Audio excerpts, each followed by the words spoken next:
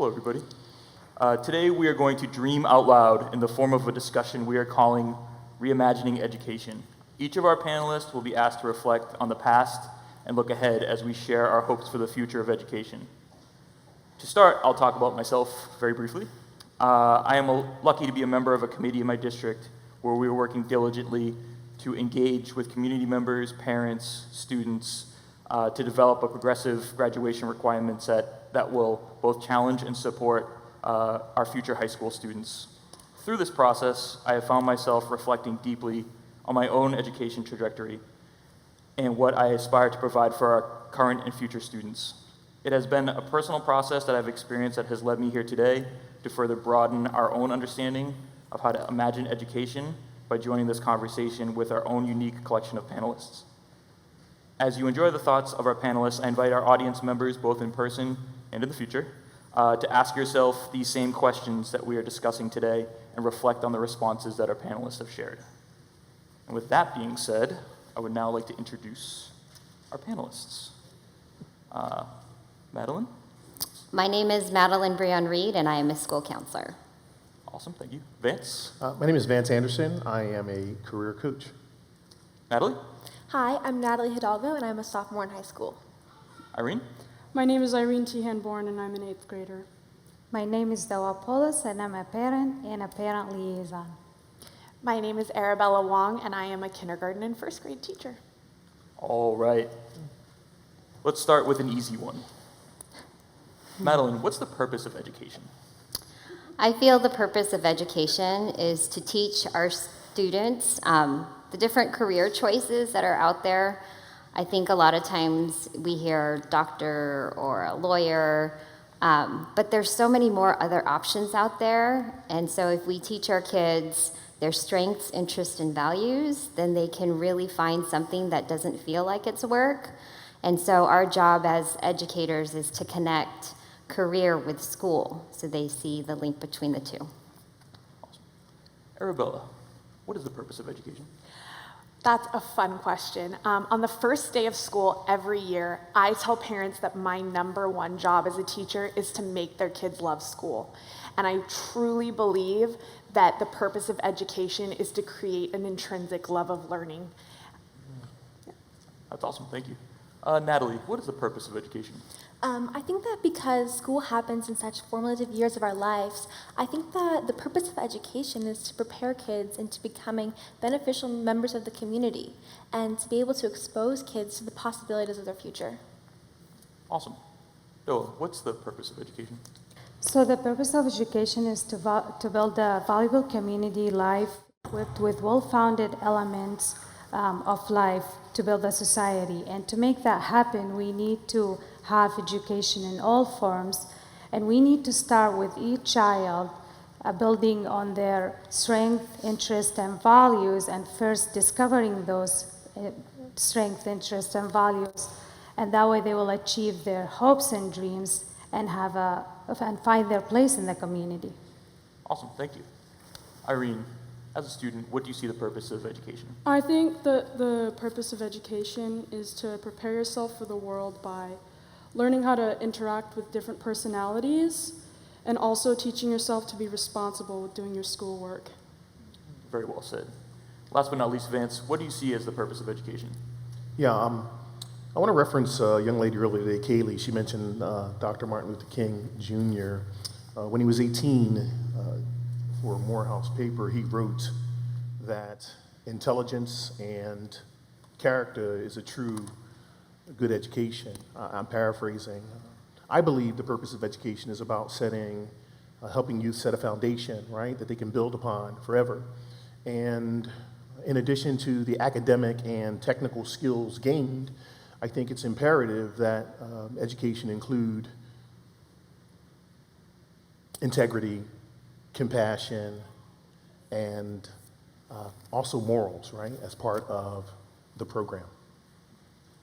Awesome. Thank you very much. I really appreciate your thoughtful responses. I have another question for you. Over the past year, things have been especially challenging with the pandemic.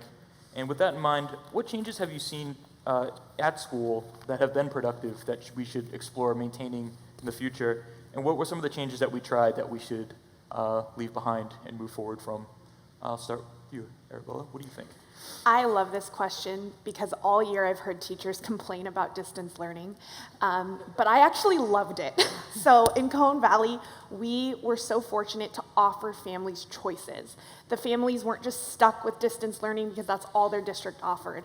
They were able to choose hybrid at school and eventually a full day learning program, or distance learning at home. And because we gave parents choices and flexibility, and teachers choices and flexibility, I got to stay at home with my 1-year-old son while teaching a class of families and students who chose to be at home.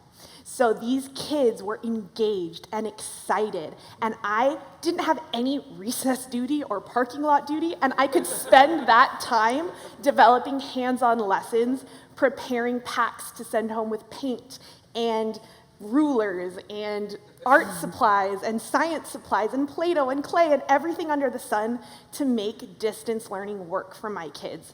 And I think that the innovation that has come from the pandemic is incredible if you give the teachers and the families choice. Teachers' choice, families' choice, and the time to do it. So I think things that need to stay are class sizes being smaller, whether it's distance or in person. You can do more differentiation and give more personalized instruction if we keep class sizes small the way they've been in the pandemic. Taking away teacher duties, I know that's kind of silly, but giving teachers the time to be creative really helps with making changes in public schools. The thing that I would get rid of, work-life balance. You know, it's been hard for everybody this year to stay balanced. I go to sleep at night looking at my makeshift bedroom classroom. So I think that we need to pull back our expectations for teachers and administrators and how much work they do off the clock and at home. But all in all, I think there's a lot that we should keep from COVID. Yeah. Awesome. A follow-up question for you. I was speaking with one of my teachers at my school, and he said one of the big benefits for teaching online was he was able to give more feedback to students. Yeah. Can you just speak briefly about your opportunity to provide more feedback as a distance learning teacher, and also sort of the value of that feedback that you're able to provide? So with feedback, the parents are so much more engaged because they're watching me teach all day long. So I teach kindergarten and first grade, so a first grader might not understand exactly where they are in phonics instruction, right? But the parents have been watching me teach. They've been listening to me. They've been seeing their Seesaw digital portfolio that they might only catch a glimpse of at back to school night or open house. You know, but now I'm able to have these conversations with parents. They just pop in the screen or in the chat. I see the families a lot more, I interact with them a lot more, and they interact with the curriculum a lot more, which means my kids are just flying above and beyond what I would expect a typical first grade class to do. So I think that giving feedback is, yeah, that's a great thing that has happened. We're able to talk to the families more and talk to the kids more directly throughout the day. Awesome. It's fantastic. I think you're going to have a lot of people wanting your kids in your class next year. Thank you for that. So from the perspective of a counselor, Madalyn, what do you think about what we should maintain and what we should move on from after this year? Well, I felt like our kids having one-to-one devices for as many years as we had, the transition to online learning was pretty seamless. And so I really applaud our district for having that. Just because I have my own children that are not in this district, and I saw, and I heard different struggles that other districts had. What I would discontinue is just the huge focus on academics. There was just soft skills just really help a person be successful, especially during this pandemic unprecedented times. And I would discontinue counseling services online just because confidentiality and not being able to really have conversations with students the way that I would normally have them, where they're just really being real with me versus just there's a parent in the room and I'm not going to be really talking about what I want to talk about. So that was the challenging, is trying to do counseling services online. That's really interesting. I never thought about the challenges of a counselor during this time, so thank you for that. Doaa, you have an interesting opportunity as a teacher, or as a parent and a community liaison. Can you talk a little bit about what we did well during COVID and we should keep, and what we should maybe abandon going forward? Well, it was a long year. In fact, we had so many opportunities to learn, so many things. As a mom, I learned a lot about technology and virtual learning, and my kids, of course, at home. And working closely with parents, I learned something very significant, that now they realize the difference between being engaged in school and being involved. For many years, those parents has been involved in school, volunteering in the classroom, helping with art projects, celebrations. But now with pandemic, they realize the why behind why I should be engaged in my child's education and why I should be there. And seeing their kids at home, their reactions, responses, they witness the teachers teaching, this all helped them realize this. Awesome, thank you. Natalie, can you tell us a bit about what we should keep and what we should look to get rid of from a student's perspective? During this pandemic, my school offered the opportunity to either go to school in person or remote. As said, some kids had great stories to tell about remote learning. They absolutely loved it, and it worked so well for them. Me, on the other hand, I'm a procrastinator. I can't really work remote, and it didn't work well for me. But I think that especially as older kids, giving the kids the opportunity to do and learn how they learn best is super, super important.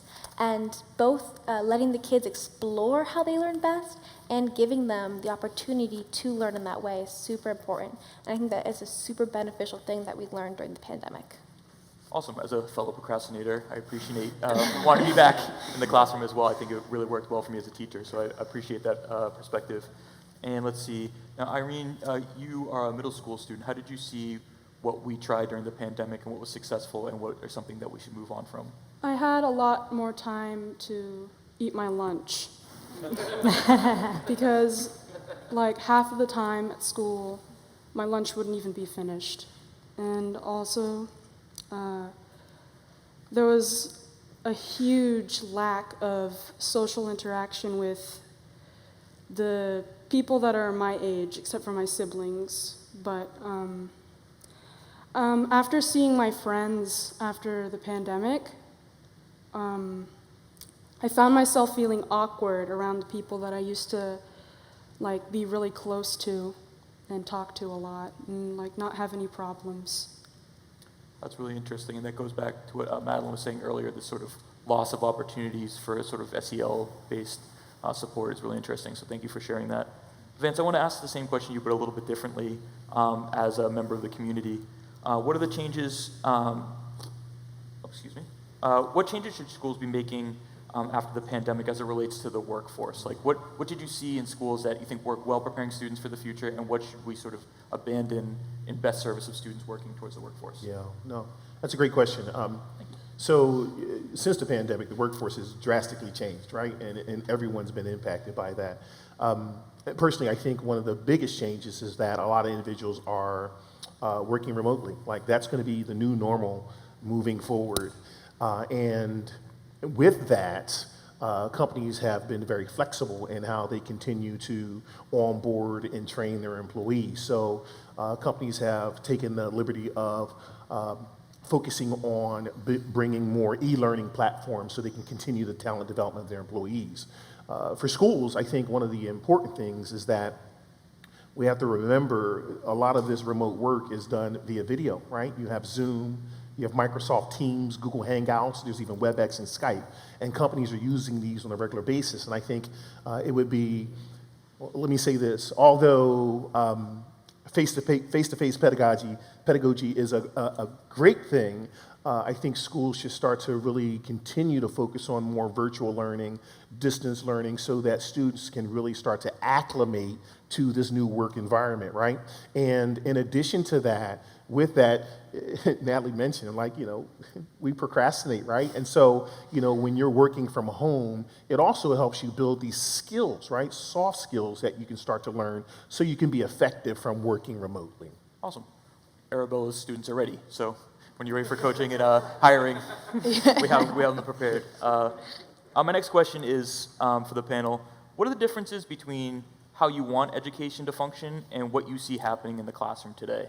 I'm going to start. Irene, can you tell us a bit about what you see as the difference between what you'd like to see at school and what you are seeing? A lot more use of electronics. I think there should be more like stuff on paper, stuff that's like not electronic, because my eyes are sensitive, and even playing video games for a little bit will make my eyes red. So. I would like to ask you that because that's very interesting for my students that I have. Do you think that a choice in the two options would be beneficial? Yeah, awesome. Thank you for that. Let's see. Let's go to Natalie. Natalie, what do you see at your school that is different from what you would like to see at school? Well, I just finished my sophomore year of high school, and I realized that I spent 10 months out of the year at school, and one of my classes was geometry. I don't like math. I don't like geometry. It is not relevant to me as a person. It doesn't connect with me. I'm bored. I don't like it, and I don't want to continue to do it. However, that's not how schools work.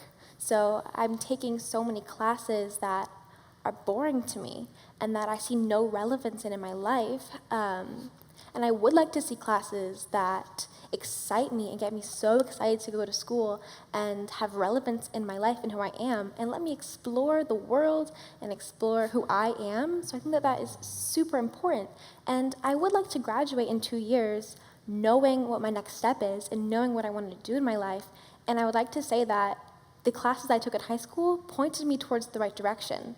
And that's the gap that I see. Awesome, thank you. It's a very interesting trend I see with both you and Irene's responses, that choice seems to be something that we should really be looking at going forward. Awesome, thank you. Doaa, could you tell us a bit about what you see as the difference between what you see in the classroom and what you would like to see in the classroom? So the gap I see is the true family engagement and the two-way communication.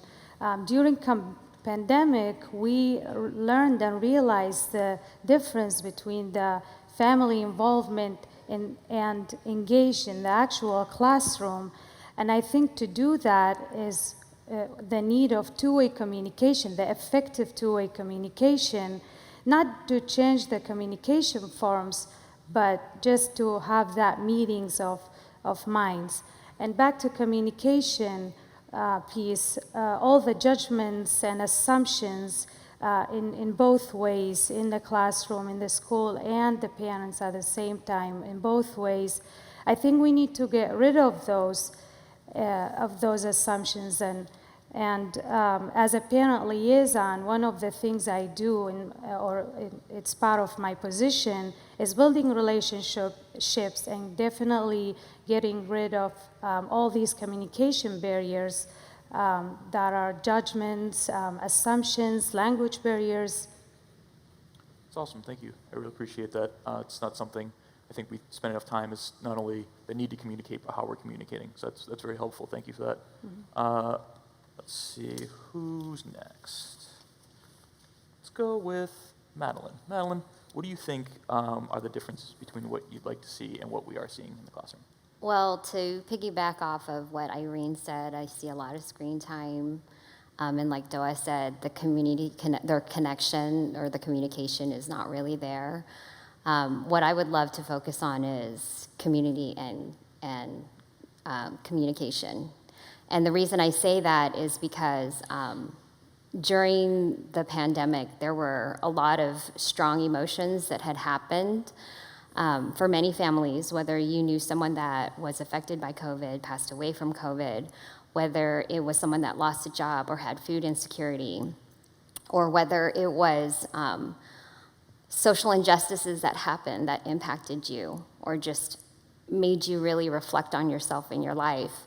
And although conversations may have happened within the families, they weren't happened in the community of our classrooms. And so when they came back to campus, there may have been a clash of ideals. And I wish there was just a little bit more communication and community building in the classrooms, because even though we may be working remotely, we're still a community. We're still people that need to process emotions and really listen to other people's opinions and their voices. And I just wish that was something that we focused on. Awesome, thank you for that. Arabella, what do you see as the difference between what's going on in the classroom and what you'd like to see? Oh, goodness. I see a lot of worksheets and rote memorization and teachers pay teachers like cookie cutter themed units. I would love to throw all of that out and see inquiry-based education in the classrooms. When you walk into a kindergarten classroom, it makes me so sad to see kids coloring in suns and clouds when they're learning about the weather, when they could literally just pop outside and draw the sun in the sky and learn about weather by observing real weather. So things like that, kind of making kids observe phenomena in the world around them, whether it's math or science or reading, making units or making instruction more inquiry and hands-on. So getting rid of not understanding why we're learning something and just, the teacher said it, so I have to write it down and regurgitate it back to her. I want to get rid of all that. Excellent, I agree, let's do that. Vance, I want to ask you the same question, just slightly different for your perspective out in the community. In terms of preparing students for their future jobs in the world of work, what are the differences you see between what you'd like to see in the classroom and what you do see in the classroom? So, education is inequitable, right? For many groups. And I think the first thing that I'd like to see is that some equity, some system created such that equity is across the board, right? But what I really believe is that from an early age, a lot of young children aren't really being shared a wide range of skills, right? Or prepared for a wide range of skills, nor are they being prepared for a wide range of occupations that are out there, and that is what's lacking. And if schools could really start to partner with companies and local work organizations and partner with these facilities, then I believe there can be more of a focus to what the skill sets are that are needed in the local trends within companies currently. And so, just to wrap it up, I would say that what's currently missing as a gap is that students are not prepared with a wide range of skills, nor are they prepared to learn about wide ranges of occupations, which limits their ability to get into the workforce because they don't know what they want to do. And there's thousands of opportunities out there.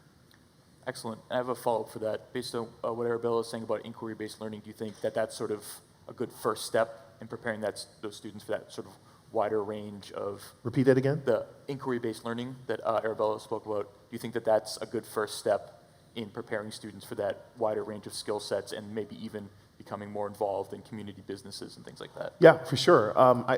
Learning starts with the student, right? I think each student needs to understand themselves first, right? And then that inquiry about different occupations and skill sets will then broaden their knowledge, right? Seeing the students up here today speaking about their experience is an amazing thing, and if we can really hone that early, I think that the future is endless. Awesome, thank you. All right, final question. What is one thing that you want our listeners and community members to know or do to help us reimagine education? I'm going to start with, let's see, who do I want to start with? Let's start with you, Madalyn. What's a message that you want to get to our community members about helping us reimagine education? I would love for everyone to just look at children holistically. We're all teachers. We all impact everyone, whether it's good or bad. So why not take each opportunity and situation and see it as a learning experience, and just being open to knowing that I can learn from a student and they can learn from me. So if we can just teach our kids holistically and just realize we're all a community, we all contribute to these kids, and we should all contribute. Awesome. Thank you. Arabella, what would you like our community members to know to help them reimagine education? I would say help your community build a school system that gives students, teachers, and families choice. Choice within how they receive their education, and students the choice in what they're learning and how they're learning it. Excellent. Doaa, what message do you want to share with the world so we can help start reimagining education? So I want my listeners to know the importance of emphasizing the strength and values of each child, and how building those strengths and values, make our children succeed and be happy in the future. This significant enlightening on the students' strength and interest, it make them, as I mentioned, happy in the present and the future, and that way they will find their way and express themselves and have the career that they want in the future, and contribute and be part of this community. Awesome. Thank you. Natalie, what's one thing you'd like our listeners and our viewers to know about reimagining education? I think that I would like everybody to know that as we're reimagining education, we can't reimagine it for just one type of person, because that's not the reality of things. Everybody is so different and they learn so differently, and that's the beauty of things. I mean, for example, I have dyslexia, and I've had to learn how to advocate for myself and my learning through trial and error. So I think that as we're reimagining it, we have to reimagine it for different types of learning, different people with learning differences, and look at everybody as a whole, and not just create one type of learning, but different types for different types of people and learners. Awesome, thank you. That's that choice theme that we keep coming back to. Awesome. Vance, what do you want our listeners and our viewers to know going forward about reimagining education? So I'm gonna, follow up with what Natalie said, right? Each individual is different, yet each individual is brilliant, right? And if we can help guide children at a young age with a growth mindset, again, their possibilities are endless. And we just need to remember it starts with the youth's interests. Awesome. Wonderful segue into Irene. What do you think we need to know going forward for reimagining education? Have respect for your teachers. Their job is extremely hard, and you're lucky that you have someone that is willing to teach you the best they can during a pandemic like this. No one's going to disagree with that. I think that's fantastic. I really appreciate that. I, as a teacher who taught in a pandemic, and Arabella can speak this, and Madalyn as well, it has been a trying year for sure. So I really appreciate that message, and hopefully lots of students watch this and hear you out. Before we close, I just want to give anybody an opportunity to share anything that we might have missed. Maybe someone said something profound that you want to champion, or something you disagree with. Does anybody have anything that they want to share before we go? I actually would like to share my experience throughout last school year, current school year actually, with pandemic. I did see the dedication of the teachers and all the hard working, trying to get all students on board and communicating and using different ways to connect with all the students, just trying so many ways, problem solving throughout the school year.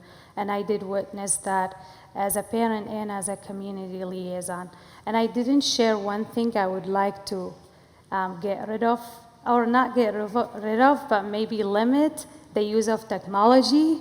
As a mom, I mean, my kids use the technology now is more than ever. I did appreciate technology more than ever, but it's just taking them to that virtual life or world, and I would love to limit that. Awesome. Anybody else? Final thoughts? I want to piggyback off a lot of what Madalyn said throughout the entire session about the importance of social emotional learning, and I have a message for all teachers. It's okay to spend time having fun in your classroom.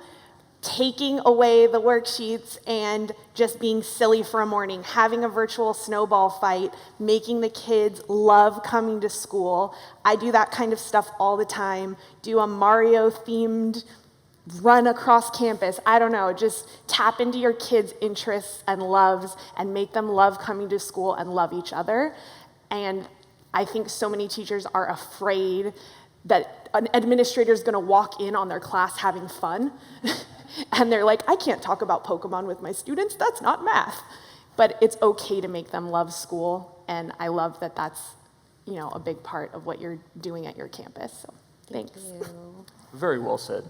I think sort of our message now for our audience here and in the future is to really reflect on these questions that we've asked and the responses that our panel has given us, because there's a lot of very interesting things being shared, very interesting insights from different perspectives, but it clearly doesn't end here. We are 7 of us.